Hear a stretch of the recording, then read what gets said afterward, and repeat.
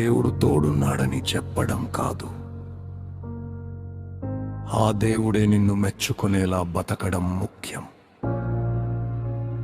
దానియేలు భక్తికి సింహాలే మూగబోయాయి. నీ బతుకు చూసి నీ పాపాలే నవ్వుతున్నాయి. ఆయన పరిశుద్ధత ముందు మృగాలు వణికాయి.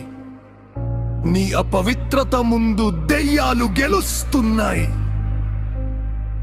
ఏలియా మాటకు ఆకాశమే వంగింది.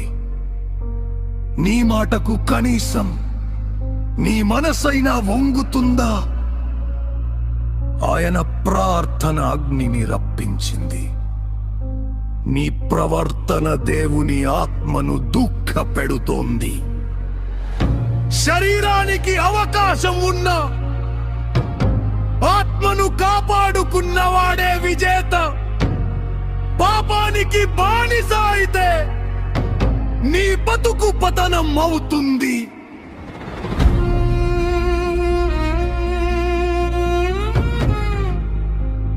గుర్తుంచుకో, జారత్వమునకు దూరముగా పారిపోవుడి. పారిపోవడం అంటే ఓటమి కాదు, పరలోకం కోసం నీ గెలుపు. దాచుకుని చేసే పాపం నీకు వినోదం, రేపు దేవుడు ఇచ్చే తీర్పు నీకు నరకం. దేవుని వాక్యం ఇలా సెలవిస్తుంది, ఒకడు నిప్పుల మీద నడిచిన ఎడల వాని పాదములు కమలకుండున.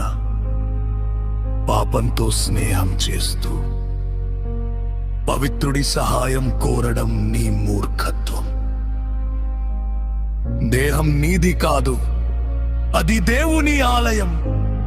పాపపు మురికిని పూసుకుని దేవుని కృప కావాలని కోరుకోవడం నీ వెర్రితనం.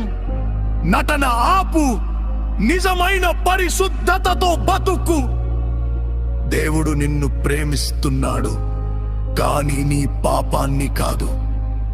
నీ ప్రాణం పోకముందే నీ వేషధారణ వదులు, వినయంతో మోకరిల్లు. పరిశుద్ధతతో బతికితేనే ఆయన నీకు దేవుడు, లేదంటే నీవు ఆయన రాజ్యానికి ఎప్పటికీ ఒక పరాయి వాడివే. ఆమేన్.